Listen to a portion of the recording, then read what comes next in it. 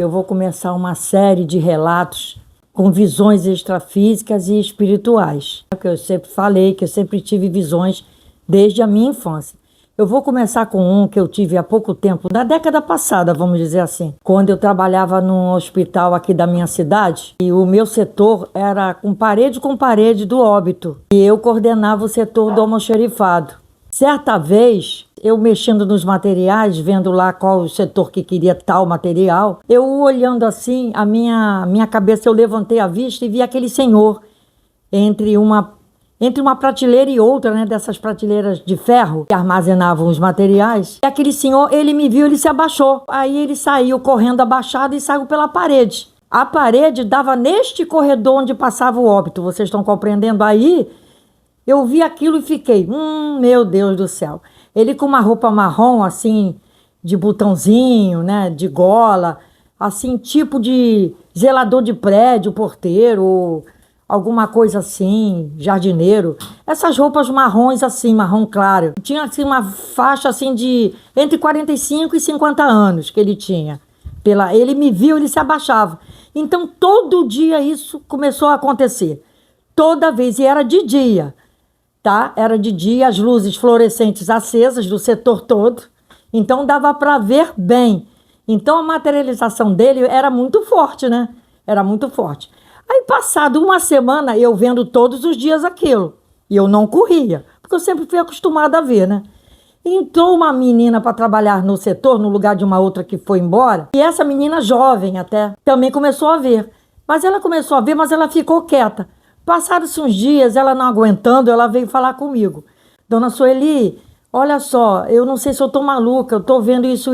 Quando eu chego naquela prateleira dos esparadrapos e dos algodão, que eu olho para frente, me chama a atenção e eu vejo aquele senhor, ele se abaixa, olha só, ela falando isso para mim, sem eu contar nada para ela. Ela estava com medo de ser chamada de doida. Aí ele se abaixa e sai correndo e sai pela parede e vai embora lá pro óbito, pro lado de lá.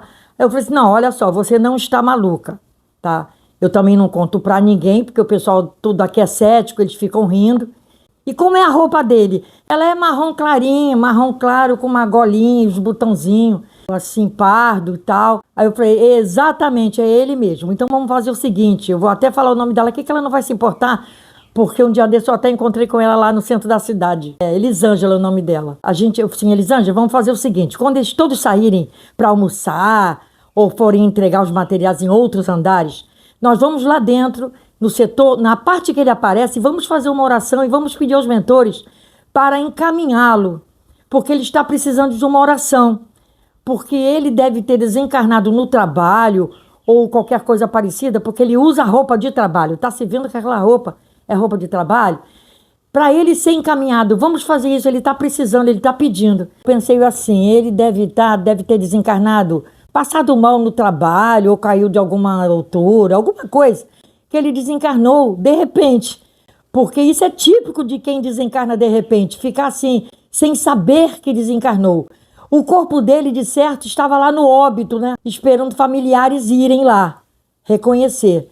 Mas só que ainda não tinham ido, ou se tinham, ele não deixava de estar lá assim, tipo, ué, o que aconteceu comigo? Porque a fisionomia dele era de quem estava perplexo, surpreso de estar vivo, mas não estava com o corpo. Ele estava perplexo mesmo. Aí fomos lá, eu e ela, fizemos uma oração por volta de meio-dia. Eu falei tudinho que estava acontecendo, a mesma coisa que a menina via. E os mentores realmente o encaminharam.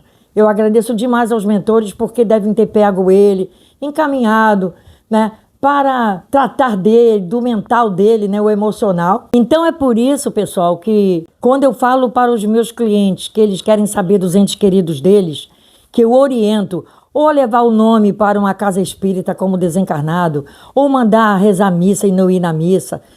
Eu falo porque quando eles estão no plano Terra é isso. Eles não sabem o que aconteceu com eles. Tem pessoas que estão desencarnadas até hoje, já se passaram décadas. Mas como ninguém na família fez nada por eles, eles continuam achando que estão vivos aqui no plano Terra. Mas não estão. Perderam o corpo, mas estão desencarnados. Esse fato aí é exatamente que reproduz Isso que eu falo para os clientes que me pedem, às vezes, dos entes queridos que ainda não saíram do plano Terra. Depois farei outros vídeos dessa série que vocês verão muitas mais experiências que eu tive para vocês entenderem o que o espírito não morre. O que morre é o corpo físico.